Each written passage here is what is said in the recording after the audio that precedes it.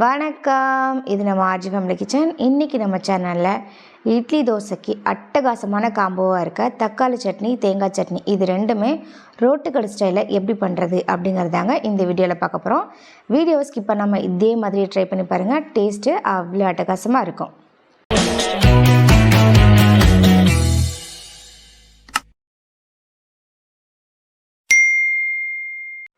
First தக்காளி சட்னி எப்படி பண்ணுறதுன்னு பார்க்கலாம். 4 பழுத்த பழமாக எடுத்து அதை கட் பண்ணி எடுத்து வச்சுருக்கேன். கூடவே கொஞ்சமாக வரமிளகாய், உங்கள் காரத்துக்கு தகுந்த மாதிரி வரமிளகாய் ஆட் பண்ணிக்கோங்க. கொஞ்சம் போல் புளி எடுத்துக்கலாம். நான் அரை ஸ்பூன் அளவு சீரகம் ஆட் பண்ணியிருக்கேன். கொஞ்சமாக கருவேப்பிலை ஆட் பண்ணியிருக்கேன். 7 வரமிளகாய், 7லேருந்து 8 வரமிளகாய் ஆட் பண்ணியிருக்கேன். அதே மாதிரி வெங்காயம் முழு பெரிய வெங்காயம் இருந்தால் ஆட் பண்ணிக்கோங்க. அப்படி இல்லை அப்படின்னா அரை பெரிய வெங்காயம், கொஞ்சம் போல் சின்ன வெங்காயம் ஆட் பண்ணுங்கள்.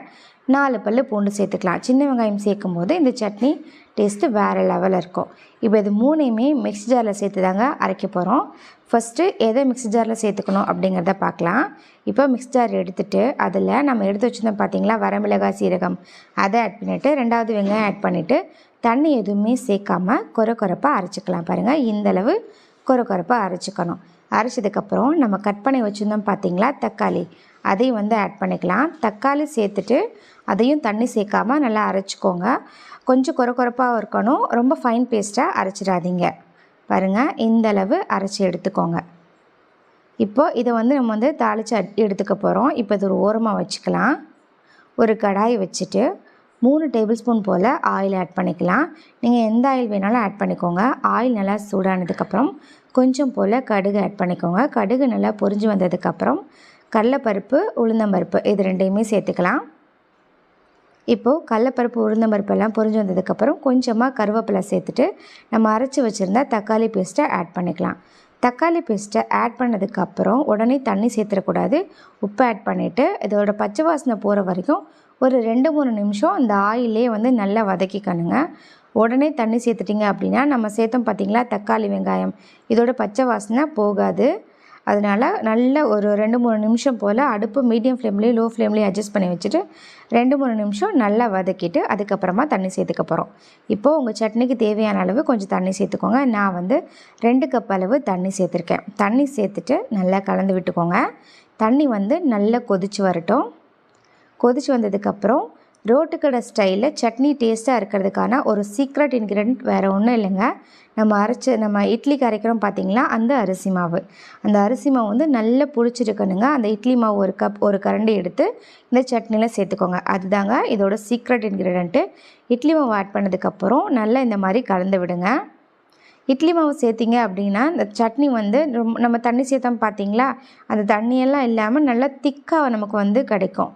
இட்லி மாவு சேர்த்து நல்லா கலந்து விட்டுக்கோங்க. இப்போ பாருங்கள், சட்னி தண்ணி மாதிரி இருக்குது. கொஞ்சம் நேரத்தில் எவ்வளோ திக்காக வருது. ஒரு 2-3 நிமிஷம் நல்லா கொதிக்க வச்சிங்க அப்படின்னா எந்த அளவு திக்காக வந்திருக்குன்னு பாருங்கள். சும்மா பர்ஃபெக்டாக வந்திருக்கு.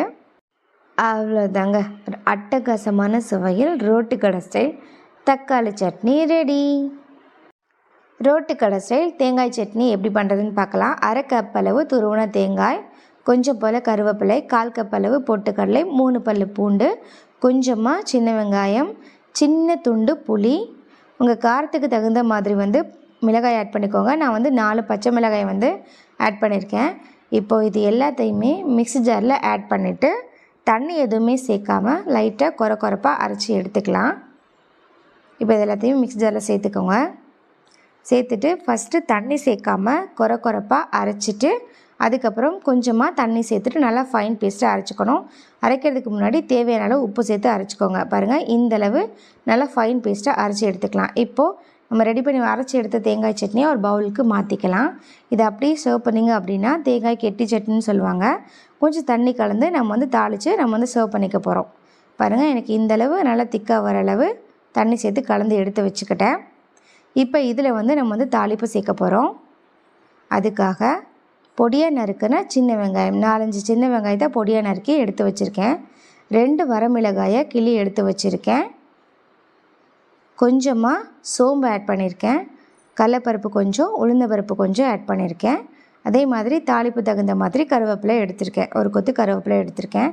இப்போ இது எல்லாத்தையுமே ஆயிலில் சேர்த்துட்டு நல்லா இந்தளவு ரோஸ்ட் ஆகி வர்ற அளவு பொரித்து எடுத்துக்கணும். நம்ம ரெடி பண்ணி வச்சிருந்த தாளிப்பை தேங்காய் சட்னியில் சேர்த்துட்டு அதை வந்து நல்லா கலந்து விட்டுக்கோங்க. இந்த மாதிரி ஒரு தாளிப்பு சேர்க்கும்போது இந்த சட்னி அவ்வளோ டேஸ்டியாக இருக்கும். ட்ரை பண்ணி பாருங்கள். டேஸ்ட்டு நல்ல சூடான இட்லியில் நாம் ரெடி பண்ண ரோட்டு கடை ஸ்டைல் தக்காளி சட்னி தேங்காய் சட்னி ரெண்டையும் ஆட் பண்ணி சாப்பிட்டு பாருங்கள்.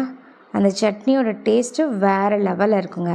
இதை நீங்கள் ட்ரை பண்ணி பார்த்துட்டு டேஸ்ட்டு எப்படி இருந்துச்சு அப்படிங்கிறத மறக்காமல் கமெண்ட் செக்ஷனில் சொல்லுங்கள். இது போன்ற வீடியோக்களை தொடர்ந்து பார்ப்பதற்கு நம்ம ஆர்ஜி ஃபேமிலி கிச்சனை லைக் பண்ணுங்கள், ஷேர் பண்ணுங்கள், கமெண்ட் பண்ணுங்கள்.